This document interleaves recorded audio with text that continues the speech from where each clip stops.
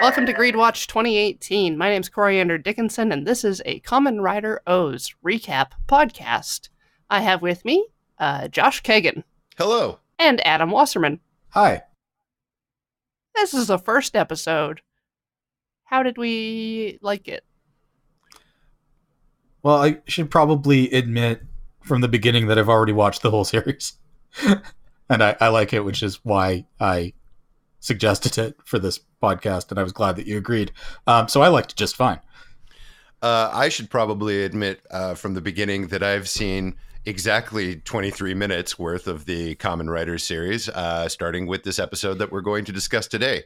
I had no idea what to expect. Maybe some sort of breakfast cereal because of the O's, which I think would be delicious. But I found it to be incredibly entertaining while astonishingly varied in tone. And I guess you two are the experts on this, so I'll ask a question right off. Who is the intended audience of this show? Young boys. Yeah, like 6-year-old boys. 6-year-old Japanese boys. Okay, and not like... And so not for the whole family or not for like folks like us in our various ages. Like this is a show for children. Yes. It's a show that is for children, and it's supposed to sell toys to children.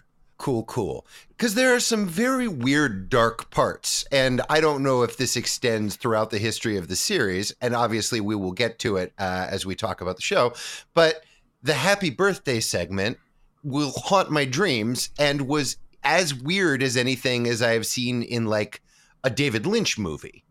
And that seems like a strange thing to throw at 6-year-olds. Yeah, the specific thing that I really like about this series, I've seen about half of it, is the, I guess, cinematography and overall design choices that they make in this, because it's kind of above what they typically do in Kamen Rider, at least from what I've seen. And I like how much of kind of an artistic bent they put on this series. So, yeah, it's still for kids. Yeah, well, yeah, because then there's like a guy, then there's like, oh no, I'm in my underpantses, and like jokes like that. And it's just, I found the tone oddly endearing as it sort of ping-ponged back and forth from like very serious stuff to just like, oops, I farted, that kind of comedy jokes. But I really liked it. I'm excited to talk about it. Did you like take any extensive notes or anything for the episode? Is this a question for me or a question for both of us? Oh, I took lots of notes. I took a moderate level of notes. I took some notes. I watched it through 2 or 3 times. Let's get into it. Let's start off. Let's tell these people what's happening. So we open on some really heavy groaning noises. Wait, don't we open on a bunch of like metals falling through the air? Yeah, I assume that it's the coins that are groaning. Oh, okay. It's like, ugh. That noise. I can't believe we have to become robot people. Ugh. Why can't I just be in a pocket? Yeah, so we are in the Kogami Museum, and a couple of guards happen to also be trying to steal from that museum. Human Bebop and Rocksteady? Yes. Yes. They've drugged the main character who's snoozing away on a couch oblivious. Who we don't know is the main character. Well, I know. Well, let's pretend, from my point of view, as someone who is 23 minutes into this entire series for the first time, I didn't know that was our guy. For all I know, that just could have been some sleepy guy. But okay, fair. So they're sneaking into this museum, specifically the basement, which is very lightly propped. It kind of just looked like my Nana's basement, full of antique vases and a large stone coffin. Yeah. Yeah, I mean, that's what does your Nana have in her basement? No, it just didn't look like an impressive museum basement. Like it looked like they realized 5 minutes beforehand, like, oh shit, we're doing the museum scene. Okay, we got the big stone coffin. Get some plates or whatever. Maybe it's a really good museum and they have all their stuff on display, so they don't have a lot of stuff in the basement. That's valid, except they did do a shot of like one of the actual museum rooms, and it just kind of looked like a really nice dentist's waiting office. Like, in context, it sort of seems like the museum is just where Kogami puts some of his stuff. Like it's a storage museum. Yes, and as we will learn, he has not one iota of motherfucking compunction about exploding the whole goddamn joint. Spoilers ahead. Anyways, Bebop and Rocksteady. They knocked out a floppy-haired hobo who we will come to know and love. Yes. Yes. And they are examining the wares in this basement, while nearby the coffin is a pile of coins that becomes animate and crawls its way up onto the top of the coffin and turns the seal on top of it. Yeah. And sets off an alarm in the process. So I have a question. Yes, I do keep laser trip wires in my basement. Oh, no. I knew that about you. We've covered that in past conversations. Is it just a coincidence that Human Bebop and Rocksteady were sneaking into Museum Nana's basement to steal plates or whatever the fuck when Pile of Coins decided to become animate? Like, right. I was thinking that too, because if you'd asked me before, I would have sworn that they did something to cause that to happen, but it looks like it was just a coincidence. Because it's not like they knocked a bunch of coins over and it happened, or they accidentally opened the coffin. It just happened while they were there. Yeah, it's just a reason for the camera to be in that room. It's unusually light plotting. Are you being ironic, or is it truly unusually light for this series? Usually, if you were doing that, like on any show, there would be like a reason. Like it would, you wouldn't bother putting like your robbers in there if they weren't gonna screw something up and cause the problem. Right. Like just narratively, it's odd.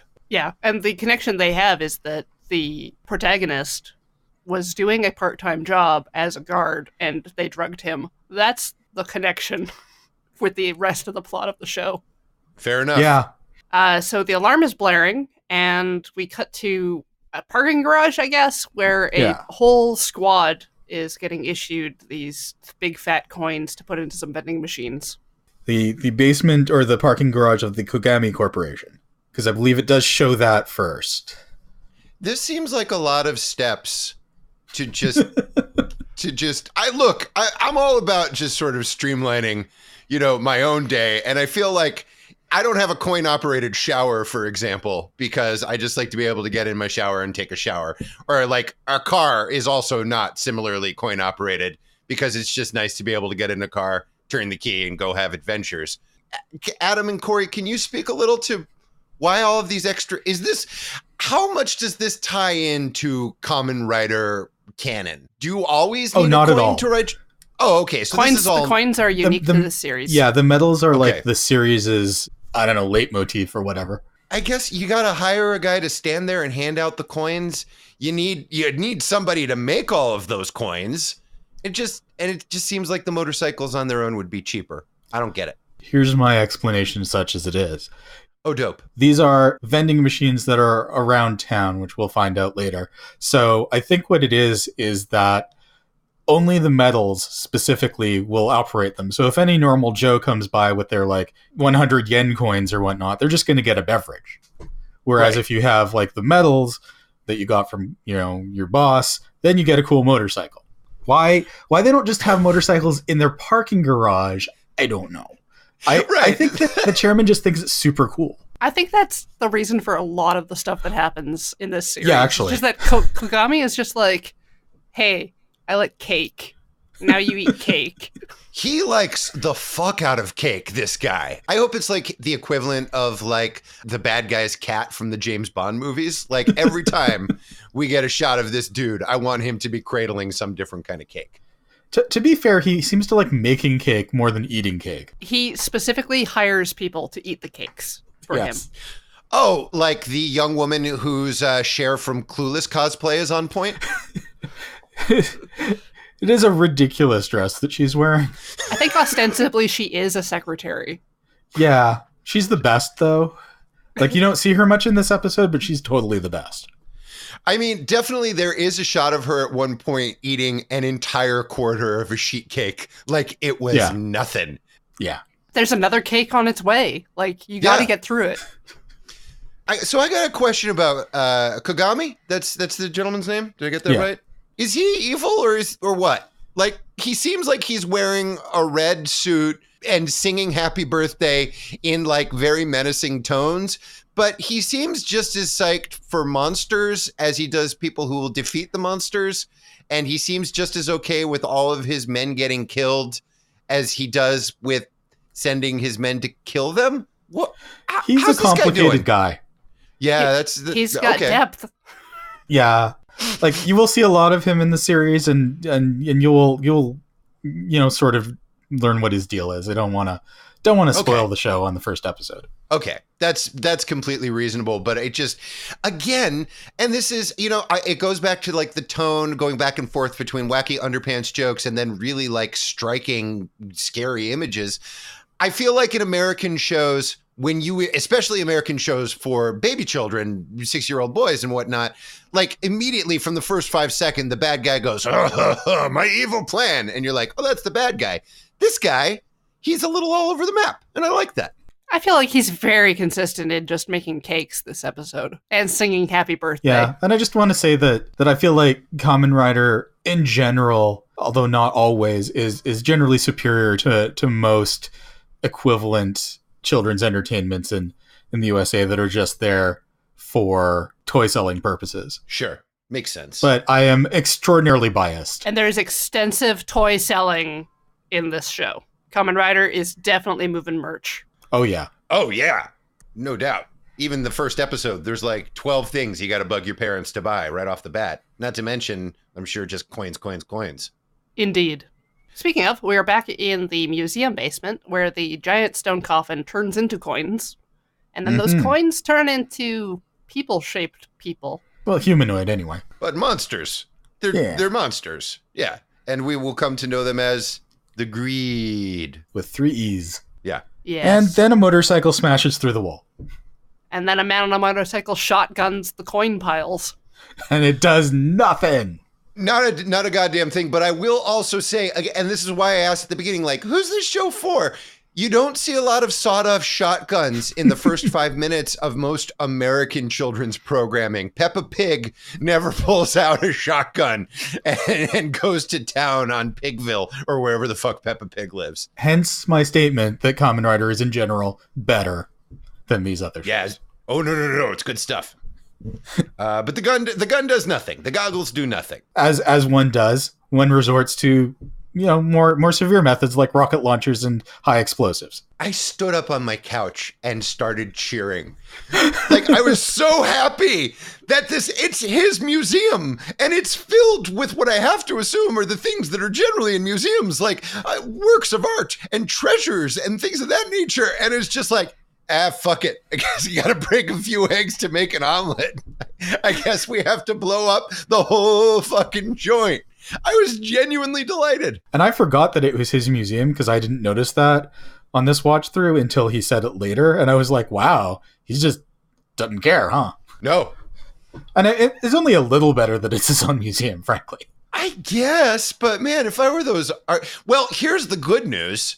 Is that they blow up the museum fucking 6 ways to Sunday, but everybody, it's like the Blues Brothers. Like everybody just sort of dusts it off and like, oh, well, guess I had some stuff fall on me. Like the two, Bebop and Rocksteady, are basically fine. They are taken away in an ambulance, but they seem to be okay. And our lead, our floppy-haired itinerant gentleman, no worse for the wear. He sleeps through the whole thing. Doesn't even notice. Yeah. Meanwhile, our Monster Squad has transformed into their shapes of, let's call them elephant, orca, lion, and some sort of beetle. Man, sure. I don't have better names for them at this point. Episode. No. Yeah. No. Yeah. Weird animal monster guys. Mm-hmm. Yeah. Par for the course, I feel like, for the very limited sort of like, which is to say, I watched Power Rangers and the was it called Cyclone Rangers? Am I making that up? The thing that eventually became American Power Rangers? Well, the catch-all term for the series, which is much like Kamen Rider in that every year is a different show, is Sentai. Yeah.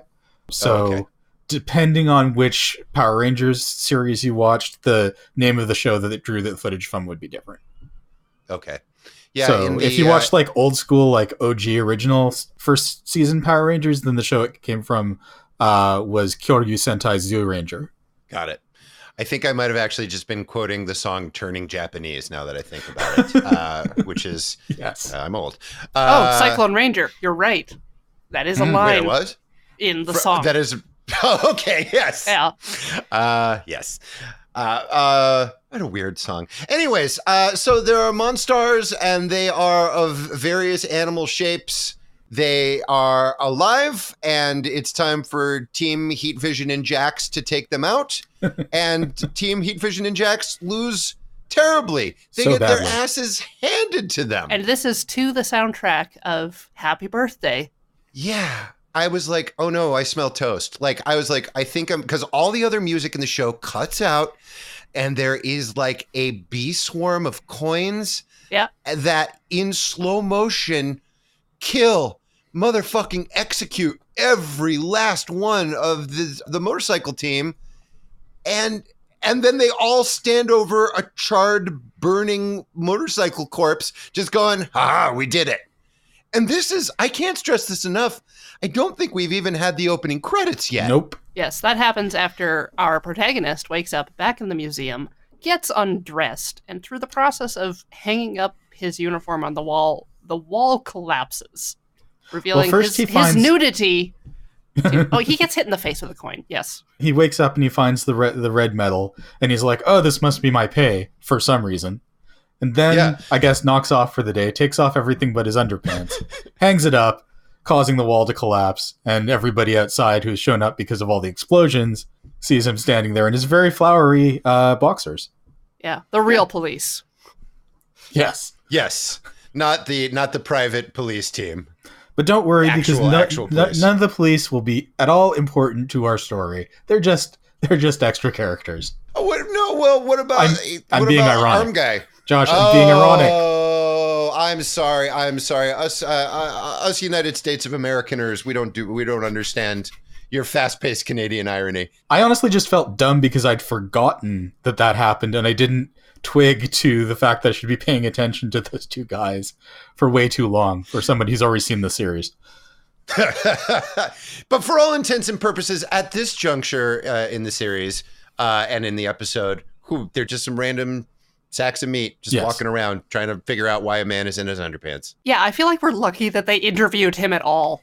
They're just like, hey, tell us your name and where do you live? He's like, I am homeless and I only carry underwear. Well, wait. But now the wall goes down. He's like, I'm in my underpants. And then is that where we get the awesome opening credit sequence? Yes. That is indeed where we get the awesome opening credit sequence. I'm not... Which is definitely my top 3 Kamen Rider opening themes, if not just the top one. It's so good. It's a banger. It's incredibly catchy. Yeah. So good. It's got like everything going on. It literally has everything. I'm not generally someone who goes, oh, good, ska. But in this case, I had already seen 10,000 impossible things in 4 minutes. And then, a mid-90s, early era, no doubt, kind of like real big sounding ska jam with lots of monsters and motorcycles and stuff. I was like, this may now be my favorite show of all time. This is great. I'm absolutely delighted in that. And like watching the opening over time kind of grows and makes more sense because all of the visuals in it are deliberate, which is something that I very much appreciate about this series. Other times you'll just get like, it's computers, so let's put some code. Here's a character hitting another character. And this is like kind of touching emotional moments happen and like backstory. Mm-hmm. Yeah, even stuff that didn't make any sense, like the relationship between a man who gets taken over by an arm, who we'll come to meet in a few minutes, and his sister, which we'll come to understand that at the end of the episode. But like, there are a lot of furtive glances and hugging through fabric, and again, it just sort of, maybe 6-year-old boys in Japan are just super sophisticated because like, there's a lot of like real thoughtful, emotional imagery in between like coins flying around and sawed-off shotguns and bugs on motorcycles and whatever. And like a growly dancing hand. Yes. Yeah. Yes. And then we're back. We have an awesome opening credit sequence, and then we're back to the action. We have a title. Metal Underwear Mysterious Arm. all the titles are basically going to be three things, because three things is the deal with O's, as we will come to find out. Oh, amazing. I definitely thought when I first found it completely legally on the internet, I was like, oh, that title must have been very poorly translated. Surely the episode is not called Underwear and Arm and whatever. But no, that seems to be exactly what that episode is called. Yeah, and I noticed this time reading the actual like Japanese title as it came up on screen is that they've got like a toe in there between each of those three things. So like they could, instead of throwing a comma in there, be like underwear and an arm, but it's fine. It's fine. Yeah, I mean, I don't know. I think I like it. I think I like it this way, but yeah. It could go either way. I just appreciated that they highlighted the toe, like it's white text versus the others. It's like, yeah, this is nice. Yeah, so we're at the interview with Eiji, our hero, whose name we will find out in a moment. Yes, he's saying that the robbers should get taken care of because they're good guys and they gave him some juice and he's known them since this morning. And that means a lot to him, I guess. I don't know if he has like the memento disease where he wakes up every morning just a fresh slate, but he seemed very attached to them for like, and I don't know if this was in your translations as well, but he said, they have evil faces, but they seem okay. I'm paraphrasing. But he definitely did take a moment to point out that there was something up with their faces, but they were basically good guys. Yeah, that's accurate. And he's known them since this morning. And he's still just wearing his shoes and his underpants at this point. As you do. The cops don't seem terribly... They seem pretty nonplussed by the whole affair. Not like, oh, weird, a man survived a terrible explosion, or, oh, weird, a wall almost fell on us, or, oh, weird, a guy's just walking around in his underpants. They both seem like they have like a lunch reservation they need to get to. Like none of this seems pressing, considering an entire fucking museum has been exploded, but with no casualties. Well, I think, probably they're like, well, this guy seems really sketchy, but also does not appear to have done anything, and we've got bigger fish to fry. Yeah, I suppose. All right, I buy that. And all he has on him is some underwear with holes burnt in it and some change. He's so sad about that. The cops do a little interviewing of him, and we learn that he is, for all intents and purposes, homeless, just going from job to job, just walking the earth. And all he needs is his money and his underpants. And then he unfolds his underpants and somehow he's fine. Yeah. He's fine. He's fine. Bebop and Rocksteady are fine. Everybody's basically okay. But I guess his underpants took a direct hit. Yes, while they were wadded up in the pocket of the pants hung on the wall next to him. Indeed, that did happen. With a bunch of change in them. It is significant that they are tomorrow's underpants. Yeah. Yes. He's already wearing his other pair for today, but tomorrow's is the only thing he needs. Yeah, and again, in my subs, he looks, it's that shot of him staring through a hole in the underpants, and he just says, "My tomorrow," which is just, there's something very existential about that. I don't know. I had to pause it and think about it for a few minutes. Like, wow, his tomorrow is based entirely on the condition of his underpants. I think we can all learn a little something from that. What, I don't know, but we'll put a pin in it. Meanwhile, in creepy tunnel of destruction, we get some majestic fabric. Is there an important thing about cake? Yeah, first we get Satonaka, which is the secretary's name, eating cake, and the chairman being super psyched about the greed being born. Yes. With 3 E's, yes. Yes. Greed. I swear it's a typo. I swear it's the man did a misspelling on the cake, and then all of the subtitlers and whatnot were like, that's definitely the canonical spelling of the word greed. It makes sense with the threes thing that it has going on, that it's like 3 E's, but yeah. I'll never accept it. It's not like they really pronounce it like it has 3 E's as such. That's true. Like it's indistinguishable from how you in Japanese would transliterate greed with 2 E's. So, really.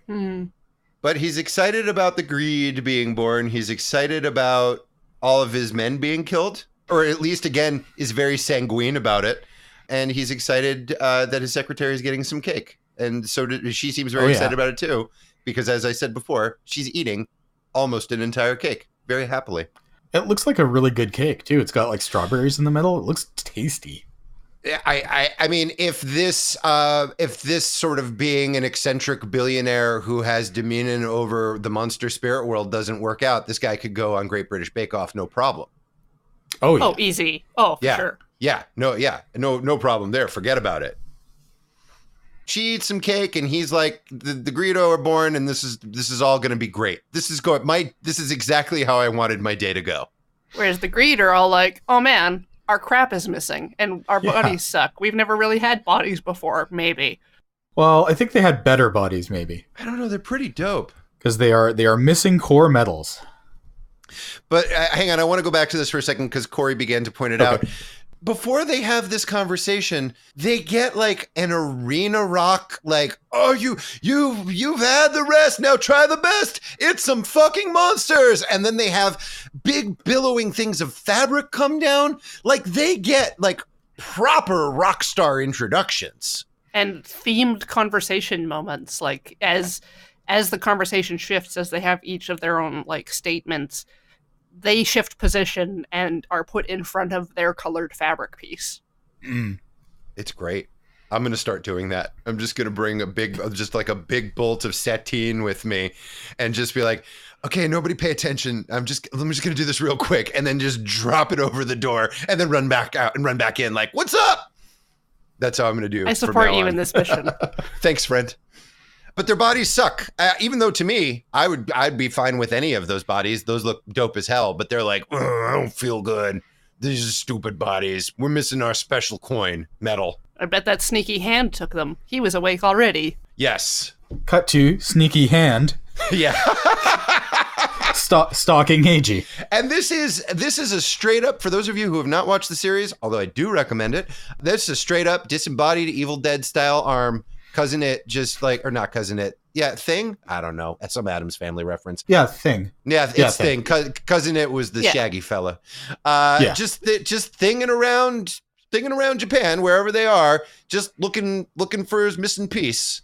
And then we see our floppy-haired, adorable hobo who's just, he got to find another job because if he doesn't, then he won't have a place to sleep or underpants.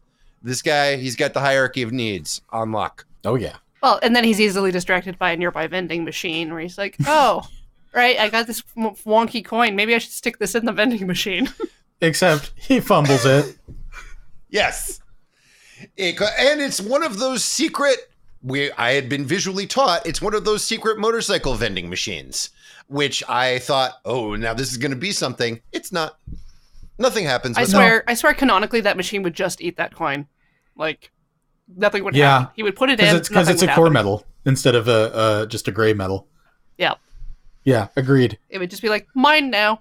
But he fumblebutts it, and he drops it under the thing, and then he can't get to it, and he tries and reaches for it. The scene goes on for about 45 minutes. He cannot get it, and then a lady walks by with her friends. And she is, okay, so he tips it back and tries to scrape the coin out with his foot. The hand, Onk, tries to creep under there to grab the coin. When AG untips the machine, he crushes Onk. Onk screams. The lady is like, "Oh no, fair traveler, you're injured. Let me help you. I'm super strong. I'm just going to pick this machine up." And he's like, "I'm fine." And so she's like, "Oh, I'll put the thing down." What a creepy hand. Hey guys, I got a question. So is this like, and I'm sure, and when I use this as a comparison, I understand that Lee O'Malley was stealing from all sorts of shows and things like this. So is this a world where people are like Scott Pilgrim, where people are just like super strong? And again, it's just like, that girl with the cute hat, she's just super strong. I guess that's just how these things go. And if this is a thing that is going to be a spoiler for upcoming episodes, you don't have to answer. But it seems like she has all of the powers of Kal-El himself, and everybody, again, is just like fucking real chill with it. Like, oh, or is it just like people with cute hats? Are they really strong? And is that how we identify people who are strong? I think it's just that she's really strong and that the people that know her are aware of this, and she just doesn't think it's a big deal. And AJ is very accepting of things that he sees. Oh, yeah. So he's known her since 5 minutes ago. Exactly. Oh, yeah. He noticed the significance of her lifting it up, but didn't feel the need to comment on it as things were more pressing, such as like her screaming. Yeah, and a disembodied hand suddenly turning up behind him. Yeah, and she screams and runs right the fuck away, which I think any of us would do in that situation. Not our guy, though. He's still like trying to figure this out. What's going on? I don't know. If I saw a disembodied hand, I would be like, finally, my time has come. Oh, I know. I just keep waiting for my Kamen Rider origin to happen. Yeah. Nothing. Or like a zombie undead apocalypse. It's like, Just okay, do I get my bow or am I getting a magic belt? Like, which one is it? getting haunted by something? Oh. Yeah. Well, you two have more of an adventuresome spirit than I. When confronted with what would be my Kamen Rider origin story, I think I would stay around just long enough to get a real cool Instagram pic, and then I would run right the fuck away, lock myself in a room with like a bunch of like maybe some combos, chips, and a lot of beer, and just be like, whatever's about to happen, I'm not going to live through it. So I'm just going to chill out here with crackers and, MTV Classic and beer until something kills me. And that's how that's going to go. But good luck to both of you with your bows and your swords and your axes and whatnot. Thank you for picking up the slack. Because I'm useless. I am definitely not going to be great in an apocalypse. I will be a blood sacrifice. I score very highly on those quizzes on the internet. I am ready to go. Wow, BuzzFeed Canada sounds like it's a lot more intense than what we get down here. We get things like, which Smurf are you? You all are getting like, how will you survive the motherfucking apocalypse? Literally that, yeah. Yeah, well, I mean, we live in a very dangerous climate in general. Just where I live, the temperature between the winter and summer could easily be like a 60-degree centigrade difference. 80 in Edmonton, because it's 40 to 40. Yeah, I don't think it's been up to 40, but it certainly goes down to 40. Oh, for sure. But I was trying to ballpark it relatively accurately. But 80 and of course, by centigrade, I meant Celsius. Same obviously. thing. Yes. Clearly. Jewelry store. Weather talk. Jewelry store. Jewelry store. Yeah. Body horror. Cronenberg. What the absolute fuck is happening with any of this? I'm not going to be able to not scream when talking about this. What's going on in the jewelry store, my friends? Just normal jewelry store stuff, like a monster creating a coin slot in the back of a lady's head and putting a medal in there, and then she turns into a weird mummy thing, comes out of her and eats her jewelry and a bunch of other jewelry and turns into a mantis monster, like you'd expect. When it sticks her hand in its mouth, I thought it was going a different direction. Yeah. That was creepy as fuck and not for children. Not for children. That it make you feel better to know that those mummies are called yummies? Nope. Okay. I love that they're called yummies. Yeah. No, I saw that on the wiki and I was like, that must be a typo or something. Nope, they're called, but nobody says it in the episode. Not this episode. They will eventually. You'll keep hearing it. Yeah, actually. I can't stress enough that Yummy's OOO sounds like an awesome ass breakfast cereal. Ass breakfast. And if that ass breakfast, you removed the hyphen, another XKCD reader. True. So here's my question. They're already monsters. Why do they need to make more monsters to go do monster things? Because they're lazy. They don't want to have to go and do monster things if they can get some other monster to do it. Like, if you could like put a coin in the back of somebody's head and it would go to work for you and earn money and you could stay home, wouldn't you? It's like you've been reading my diary. Yes, of course. 1,000 times yes. It was a silly question on my part. It's okay. Yeah, so all of that happens. And again, and this must be just a running thing or just sort of like the feeling of the show. People are a little freaked out by all of these monsters. The woman's like a little freaked out that a coin was put in her head and then a yummy popped out of her midsection and then turned into a monster when it ate more jewelry. I feel like I would be twitching on the floor having a stroke. Yeah. But again, this is a universe where just stuff like this happens and everybody's not okay with it. It's been happening since the 60s, and people are just like, okay, another one. This is what's happening this year. It's going to be weird the woman mummy went things. immediately into shock the moment Bugman showed up, and then just severely dissociated the Also whole true. thing. Yeah. It was just like, You know I'll what? wake up. This You're will be a right. nice dream. I'll just wake up. Yeah. But no, You're it turned right. into a mantis. I feel like living in the Japan of Kamen Rider and Sentai is like just having to constantly deal with like really weird terror attacks all the time, and you just have to either like deal with it or emigrate.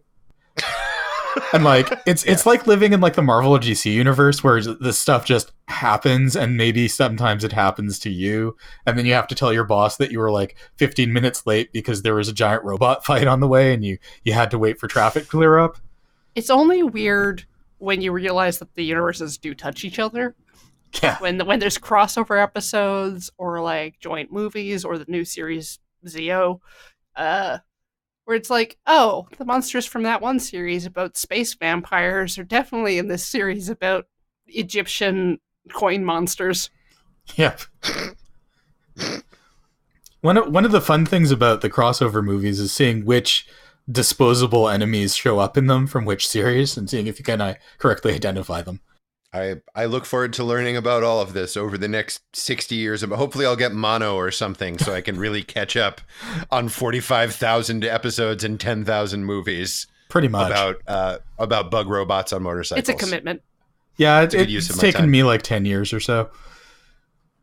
That's awesome. You were also watching all of Godzilla, though, so... I know. I have a lot of balls in the air.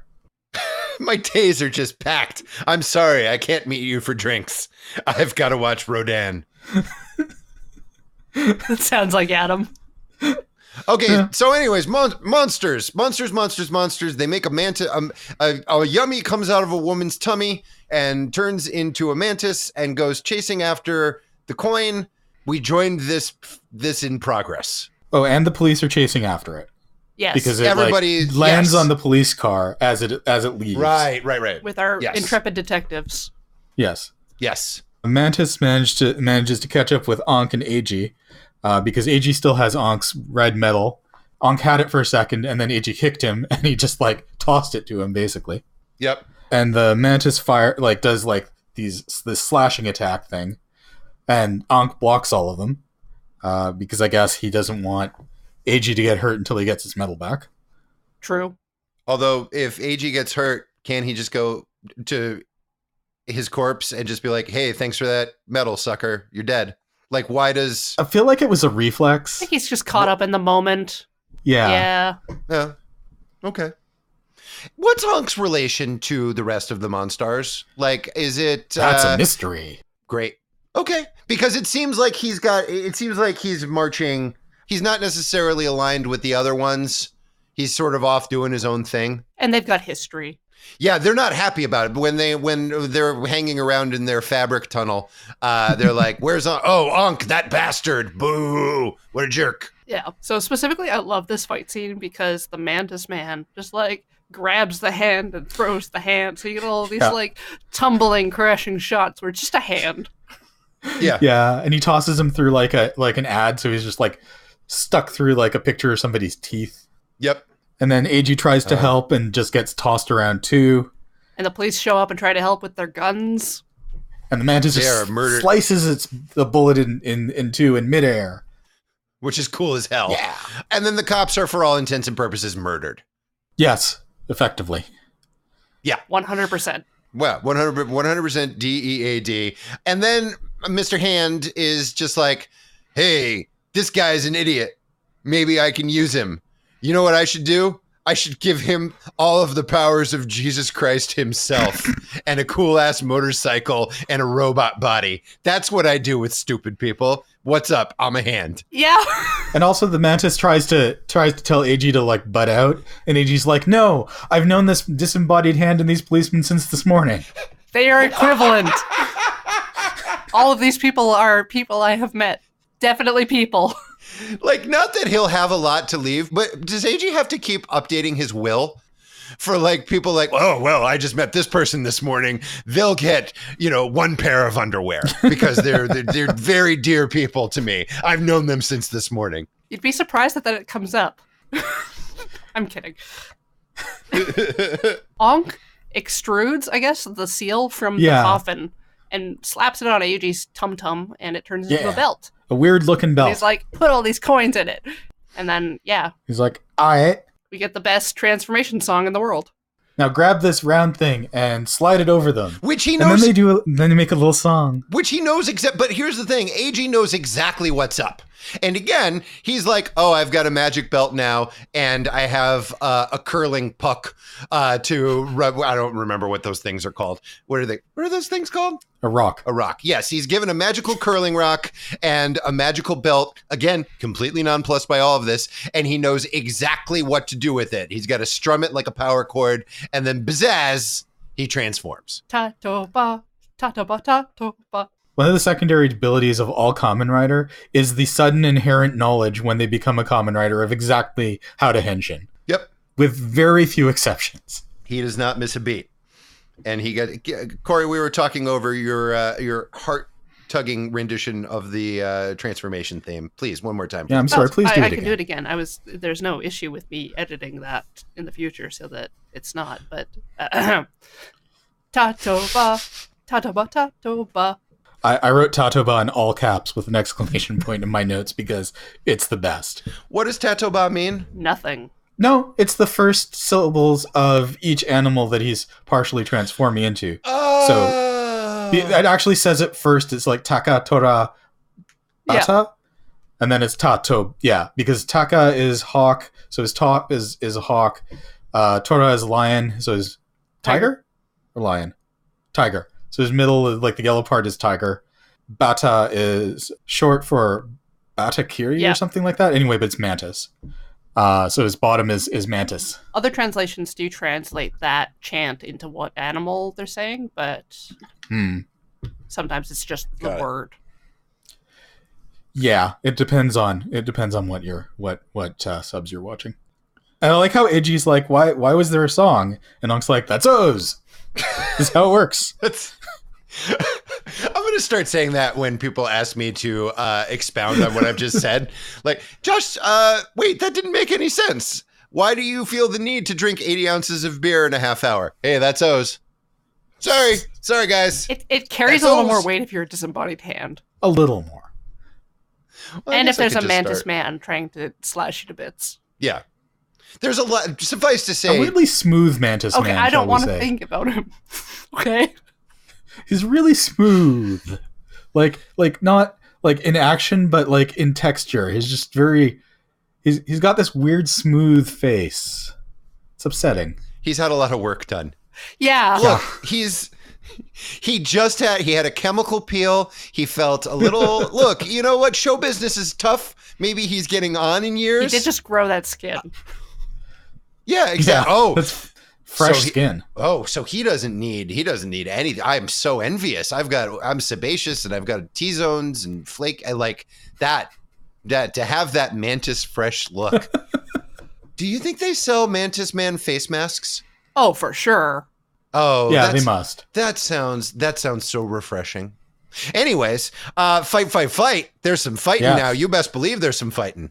He pops his tiger claws, does some slashing, bunch of metals pop out of the mantis guy when he gets hit. Which I love. Just like a video game. Yeah. Yeah, I love it. I gotta say, I have several Kamen Rider video games where you can play as the various Heisei riders, and I always just play as O's. So the money comes out? No, but he's just really good, like, as a character.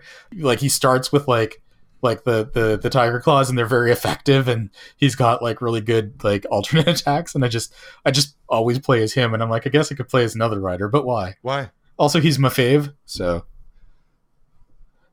he seems very nice. Ankh is like, hey, try this green metal instead of your yellow metal, and then he gets mantis claws instead of tiger claws, and he's like 2/3 green instead of being 1/3 green. And he's better at mantising than Mantis.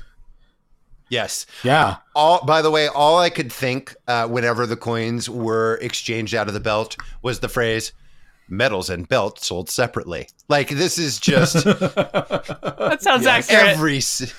every single thing in this show is just like, and immediately go. It did not escape my notice that Bandai, I'm sure I'm mispronouncing that, was one of the big sponsors of the show. And if I'm not mistaken, they make the toys. They make lots of toys. You are not mistaken. No. Fight. The Mantis Man is vanquished. Mm-hmm, mm-hmm. I wrote medals everywhere. Turned into his component pieces. Yes. Yep. And then Ankh gets the idea. He's like, oh, hey, a corpse. Oh, you know what I can do with that?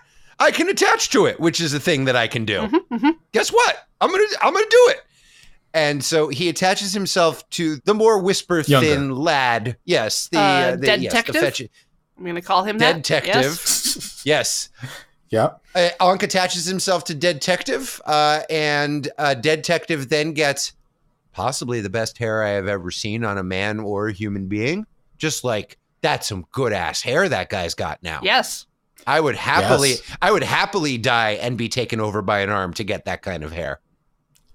It's very good hair. It's good hair. Meanwhile, his phone has been ringing, and we see on the other end, it's Hina calling him because it's her brother. Dun, dun, dun. It's super strong hack girl. Everything is connected. Time is a flat circle.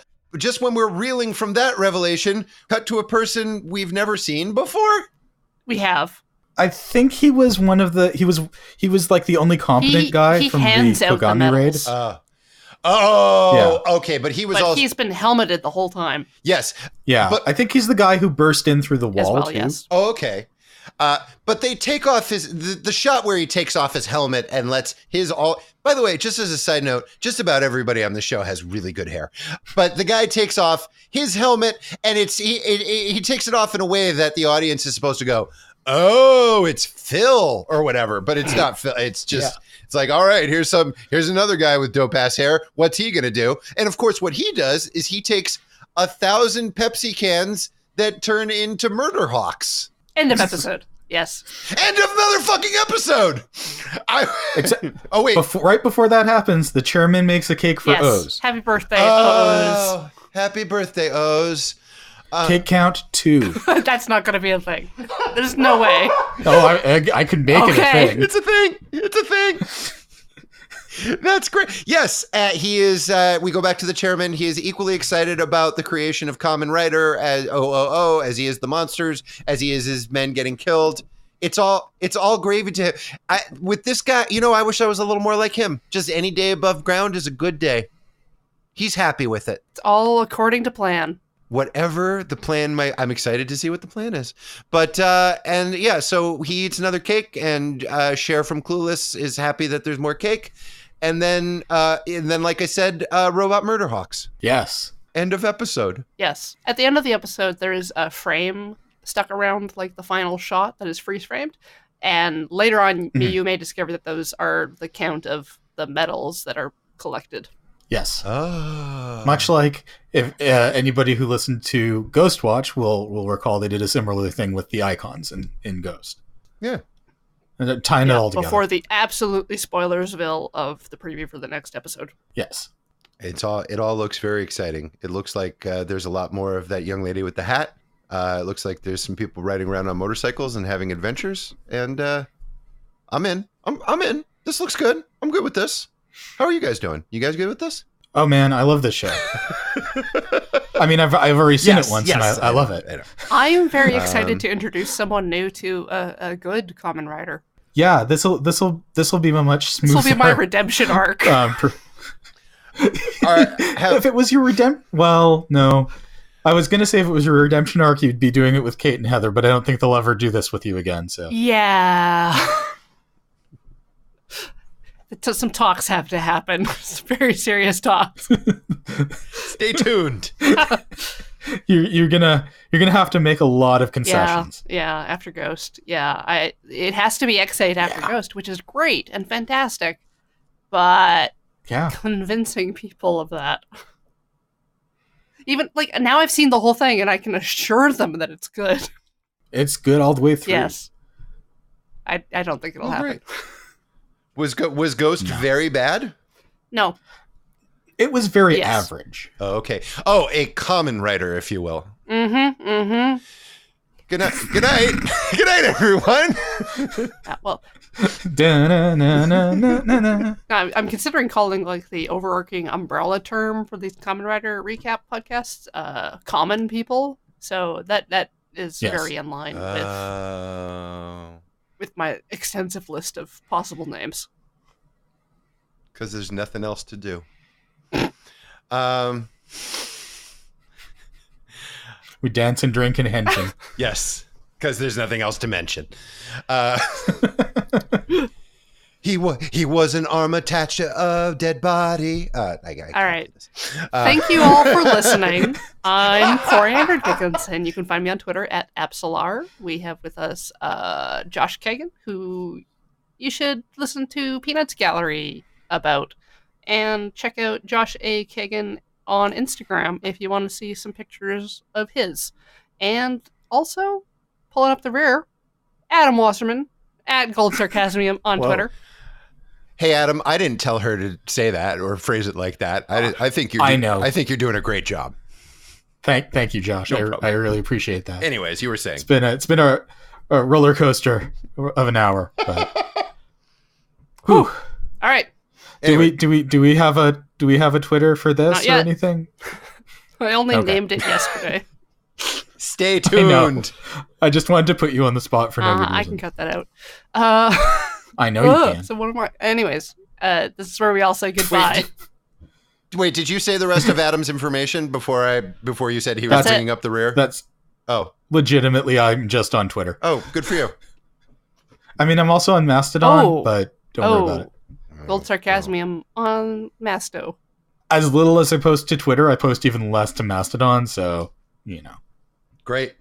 Oh, and I'm on Joshua Kagan at MySpace as well. You can check out. You can be I friends. got lots of blingy. I got lots of pictures, lots of Lily Allen downloads. It's great. Good night.